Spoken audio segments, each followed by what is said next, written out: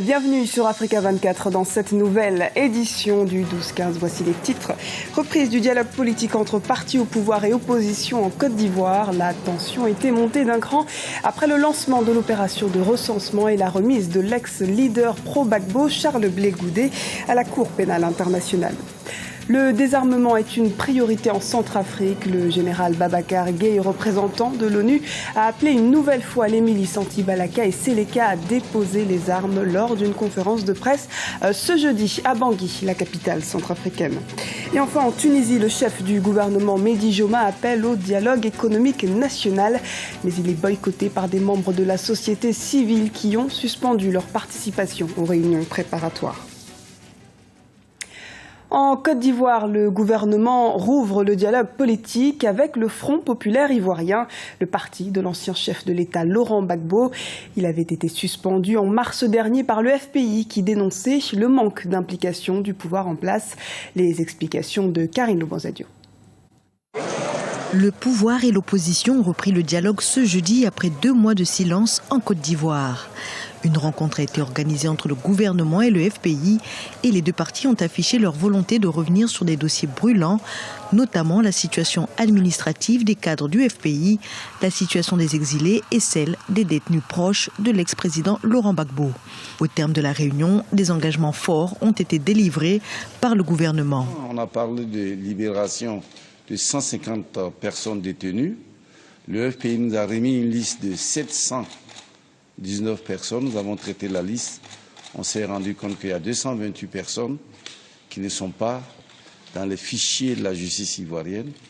Et après discussion, analyse par le procureur, par la justice ivoirienne, il s'est avéré que 150 personnes pouvaient être mises en liberté provisoire. Fin mars, le FPI avait suspendu sa participation aux discussions, reprochant au gouvernement le manque de résultats probants. Mais pour l'opposition, l'heure est résolument aux échanges et à la modération.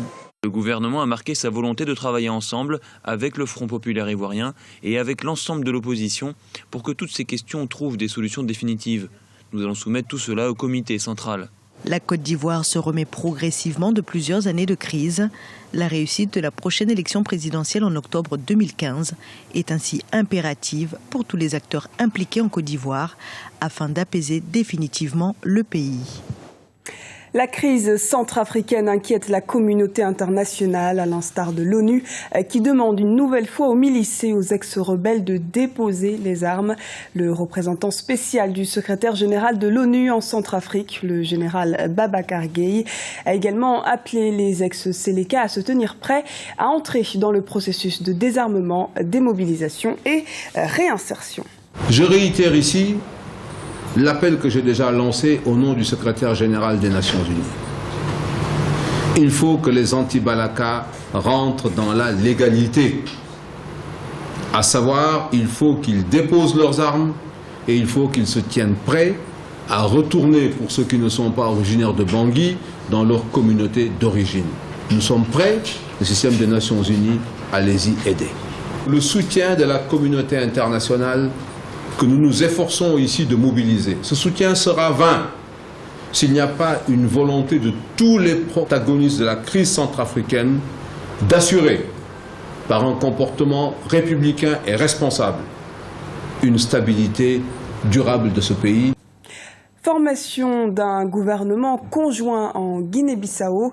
Les 2 principales forces politiques sont le Parti africain pour l'indépendance de la Guinée et du Cap-Vert et le Parti de la rénovation sociale ont pris cette mesure afin de garantir la stabilité et la réconciliation durable dans le pays. Les 2 partis ont par ailleurs demandé l'amnistie totale aux personnes impliquées dans divers soulèvements et en particulier dans le coup d'État militaire du 12 avril 2012. Les milices armées doivent quitter Tripoli, la capitale libyenne, selon le cabinet du Premier ministre sortant Abdallah Al-Thani. Pour rappel, ces milices de Misrata sont entrées dans la banlieue sud de Tripoli ce jeudi, répondant à l'appel du président du Congrès général national, la plus haute autorité politique et législative libyenne. Au milieu de cette confusion, le général Khalifa Haftar a accentué la pression sur les autorités en exigeant la mise en place place d'un conseil présidentiel pour mener une période de transition. Et nous venons de le voir, la situation en Libye est toujours plus qu'instable. Les autorités en place tentent tant bien que mal de contenir l'ordre et la sécurité de la population. Et pour lutter contre la criminalité, des caméras de surveillance ont été installées dans les rues de certaines grandes villes. Les précisions de Terry Noirin. Les forces de l'ordre de la ville de Misrata en Libye ont installé de nouvelles caméras de surveillance au niveau des axes principaux. Les autorités annoncent l'installation de plus de 400 caméras qui auraient été importées depuis les États-Unis et le Royaume-Uni et installées dans une 60aine d'avenues de la ville. Une nouvelle méthode pour combattre l'insécurité qui a surtout pour but de dissuader les criminels qui ne pourront désormais plus agir en toute impunité.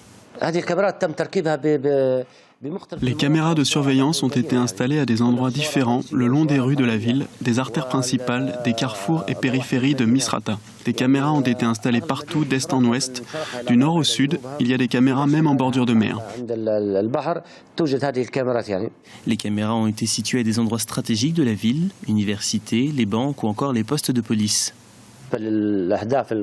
Nous avons demandé à ceux qui sont responsables de l'installation des caméras de vidéosurveillance de figurer des caméras de surveillance sur les principaux sites de la ville. Des salles de contrôle de vidéosurveillance ont également été installées dans les postes de police et services de sécurité de la direction. Les interrogations restent tout de même nombreuses sur la question de l'efficacité de ces caméras face aux milices armées qui représentent la principale source d'insécurité en Libye. Et dans le reste de l'actualité, le Premier ministre tunisien Mehdi Joma se mobilise autour du dialogue économique. Mais ce dernier semble mis à mal par de nombreux sceptiques et ce, malgré le soutien du patronat. Le syndicat de l'Union générale tunisienne du travail, la Ligue du travail de gauche ou encore le Front populaire ont d'ores et déjà annoncé qu'ils ne prendraient pas part au dialogue. Sofiane Benhamidan, analyste politique, s'est exprimé à ce propos. Il y a une véritable opposition et elle émane du Front populaire qui est un rassemblement de partis radicaux. Le Front populaire a annoncé le boycott de ce débat national.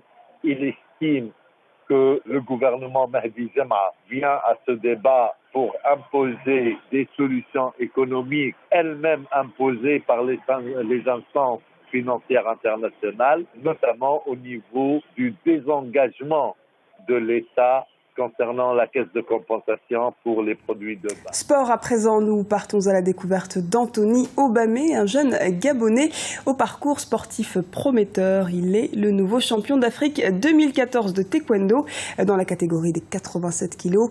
Douglas Doutoumbe, notre correspondant à Libreville au Gabon, nous propose son portrait. Du haut de son mètre 90 pour 87 kilos, le taekwondoïste Anthony Obam est le premier médaillé olympique du Gabon.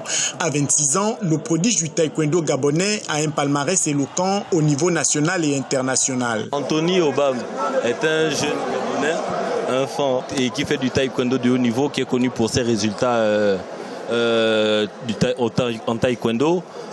Mes premières médailles olympiques du Gabon et titre de champion du monde de taekwondo. La semaine dernière, encore champion d'Afrique. Né le 10 septembre 1988 à Libreville, d'un père judoka et d'une mère handballeuse, Anthony Obam a démarré le taekwondo à l'âge de 6 ans. Depuis lors, il n'a jamais cessé de travailler pour être le meilleur. Grâce à sa force de caractère et son goût de l'effort, Anthony a inscrit son nom en lettres d'or dans l'histoire du Gabon et du taekwondo mondial. Anthony, c'est vraiment quelqu'un d'exceptionnel. Il a de nouveau très très haut et il est toujours plus loin que les autres. Et ça se voit que les mannequins combattent. Arrêter de rêver, c'est la plus grande peur du numéro 1 mondial de taekwondo. Mais pour sa famille, c'est un prodige qui a su se battre pour atteindre ses objectifs. Un fils qui perpétue le nom de la famille, qui perpétue les valeurs d'honnêteté, de travail, de discipline, d'organisation, d'efficacité. Je veux dire, il n'y a pas mieux. Outre la pratique du taekwondo, Anthony Obam étudie le management du sport. Il se prépare cette année pour 4 grands prix de taekwondo, dont le prix du Mexique et celui de Chine. Dans son agenda, il y a également le championnat du monde de la discipline prévu en décembre 2015. C'était le journal de la rédaction. Merci de nous avoir suivis. Retrouvez dans un instant une nouvelle édition du 12-15 sur Africa 24.